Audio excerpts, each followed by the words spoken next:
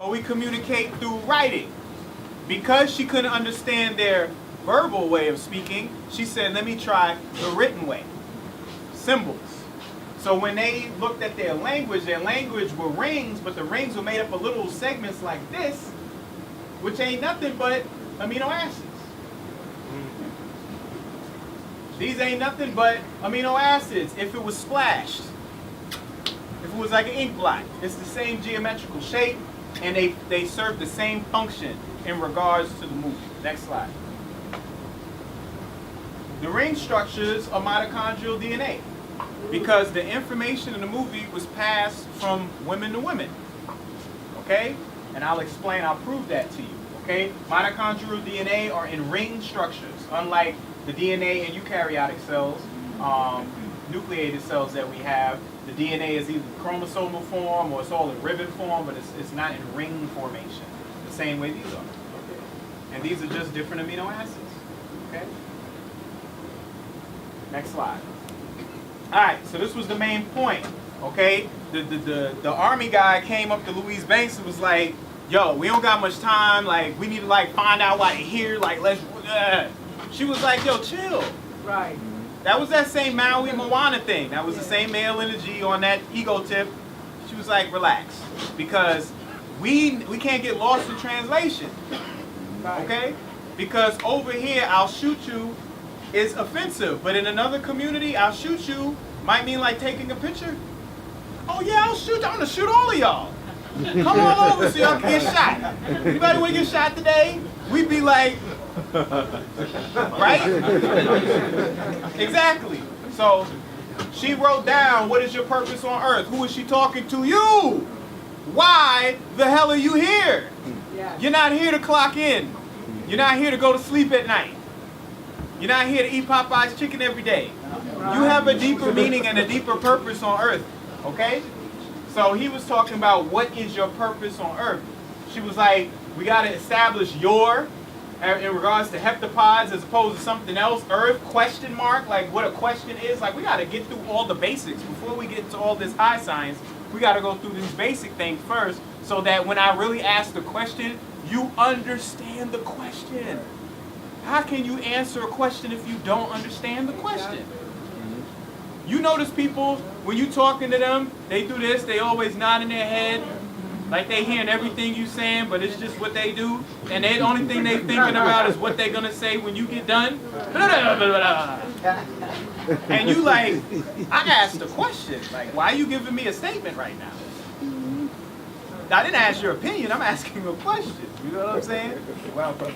Thank you so much, man. Thank you. Give it up to the brothers. All right. So, what is your purpose? Okay.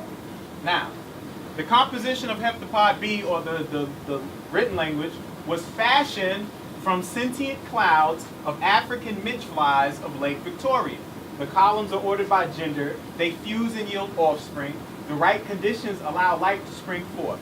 The best example is Drosophila melanogaster, or the fruit fly. Okay, we were just talking about this in Miami. Minister Inky brought this up.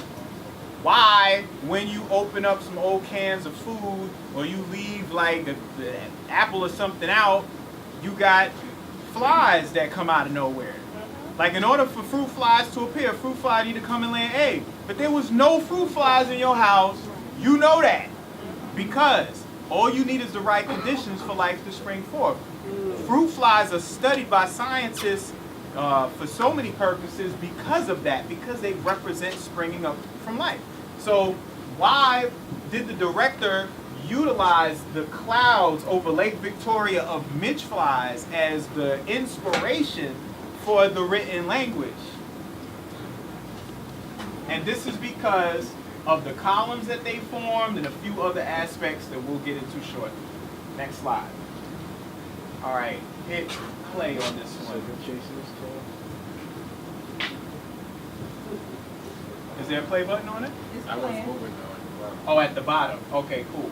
The bottom one's moving. All right. So you see how all of that is being raised and everything? If you zoom in on it, it looks just like, go back to the next slide, these clouds. Y'all Google midge flies or clouds of flies over African Lake. This is one of the few areas where this phenomenon happened. These are flies. There's so many of them that look like clouds, and they make columns. And there's, how about this? When it's time to mate, there's a male column, female column. Then the male and female column come together and make a center column, and they procreate and create babies. We talking Joaquin and Boaz all day. And this is the same principle that's followed by the two characters, Ian and Louise, because they represent those two columns and they come together to yield Hannah, which is that center pillar. Next slide. Hit the play on that one. All right, so the aliens had 7 feet. That's why they were called heptapods. Okay, 7 feet, and they had 7 fingers on their pods, and they ejaculated melanin, which came into a symbol the same way I showed you with Maui on his ink on his skin, conveying to them information. Ouroboros, mitochondrial DNA, and who's the one that's really understanding it? It's a woman. All right? Now, her name was Dr. Louise Banks. She was taken because she was trusted as the one that would know how to talk to an alien. Ironically enough, just a few months ago, she wasn't Dr. Louise Banks, but she was Louise Lane, where she was talking to a Kryptonian. Right? Lois Lane, Superman. Next slide. All right, so memory is not what I thought. Being conditioned by society to equate it to the past exclusively, time or rather memory moves in all directions. Dr. Louise Banks was having memories of a child yet to be born. She was going through the motions of her everyday life regardless of what changes were occurring in her environment. So when the movie started off, she was like going through her motions. All this panic was going on. She was like still going to work. Right. She was still trying to teach. People phones going off. No, she ain't cared nothing, but she was still doing her thing. And we do the same thing. Like the world around us be changing. We moving into a whole nother paradigm, and people still standing in line. You know, let me get a 3-piece, and I need me like a large slip. Like y'all ain't got it yet. Still going through the same motions, right? Until it came. See, y'all don't know until it come to your doorstep. Right. When that doctor gives you that little paper and yeah, cancer, diabetes, you hit the lottery, you gonna die. Then all of a sudden, okay, I don't think I'm gonna stand in line and get that no more. I think I'm gonna chill on that. You know what I'm saying?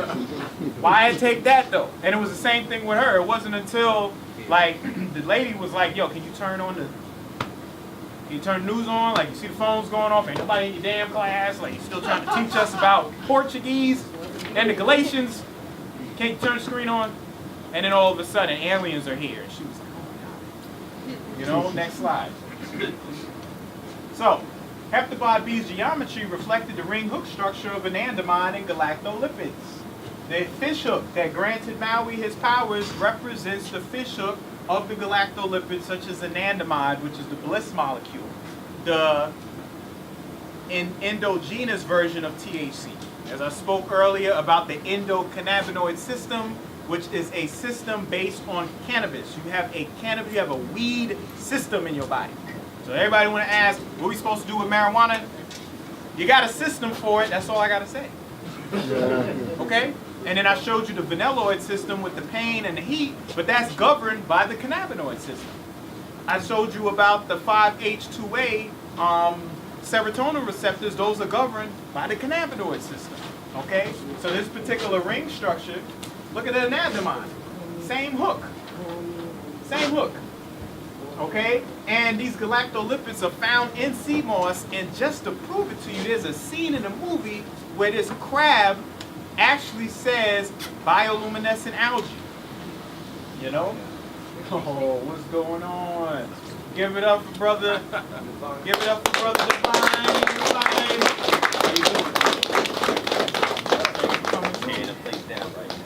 That's what's up.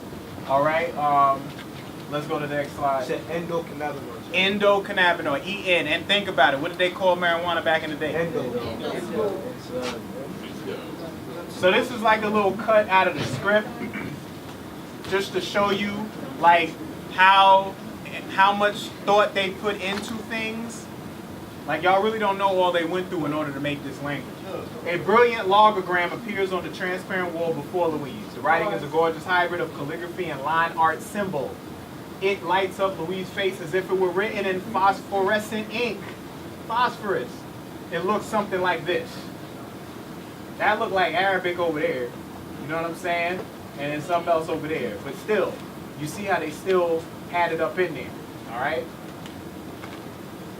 Sea moss.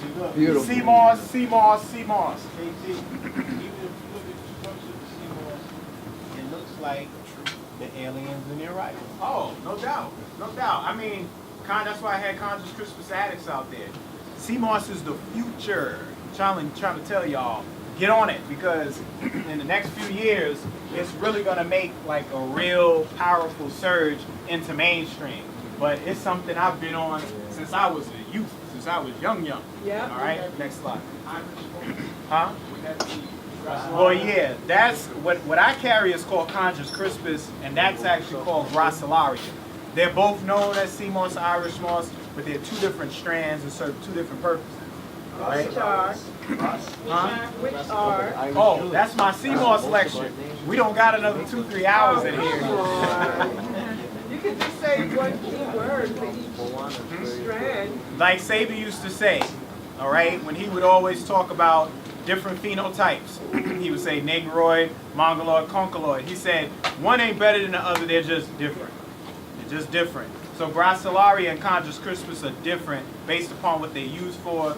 That can be used more on the cakes and baking and culinary uses and things like that, but conscious crispus really packs the medicinal punch. All right, and like I said, I got a sea moss lecture that I got online, and I'm about to release a sea moss book where I go all the way in on it. So trust me, I'm coming with it. All right, anybody ever heard of Golgotha? Golgotha, that's the mountain in the Bible where Christ was crucified on, right? Jesus was crucified on. Okay, let's go to the next slide. Then keep that Golgotha in mind. When they would show Ian and Louise Bank, their headsets was on the left and the right side, because one represented left brain thinking as the male, and the other one represented the right brain thinking as the woman. Wow. It's the same headset. Why are they on different sides? Well, he's left-handed, so he needs a left. Why? Next slide. All right. So, an itinerarium. An itinerarium, as opposed to a map, an itinerarium shows a relationship amongst the coordinates, usually in the form of sacred sites. So maps back in the day, like a map, shows where things are. But what used to happen was we would have maps that actually showed sacred sites and the relation between coordinates. Like what if we looked at our world map and would see relationships between Kemet and Mesoamerica and the Olmecs and the temples and things like that. You know, because it deals with your journey, like, oh, this is an experience I'm going on. So this is an itinerarium map from back in the day where you got Europe, Asia, and Africa drawn into a 3-petal lotus flower. Okay? With Jerusalem in the center. This is how they drew it. They got America over here on the side. Right? You know? Next slide. This is called the Itinerarium Rosalia. All right? Where this is a rose, but these points represent locations in a cathedral. This cathedral is shaped into this flower shape, and these are all sacred areas. Okay? And it's 14 of them. Next slide. So if we go to that Rosaria Itinerarium, to that temple where they honor Rosalia, if you go past the white girl that they're worshiping, you know, you're gonna find in the cut, like around the corner, make a left, following that little map, you're gonna find this guy right here, Saint Benedict. Celebrity healer. Celebrity? Why is he a black celebrity? Ain't he a monk? How he a black celebrity healer? Black celebrity healer, chef, and lion tamer. Lion tamer? Like cats was taming lions?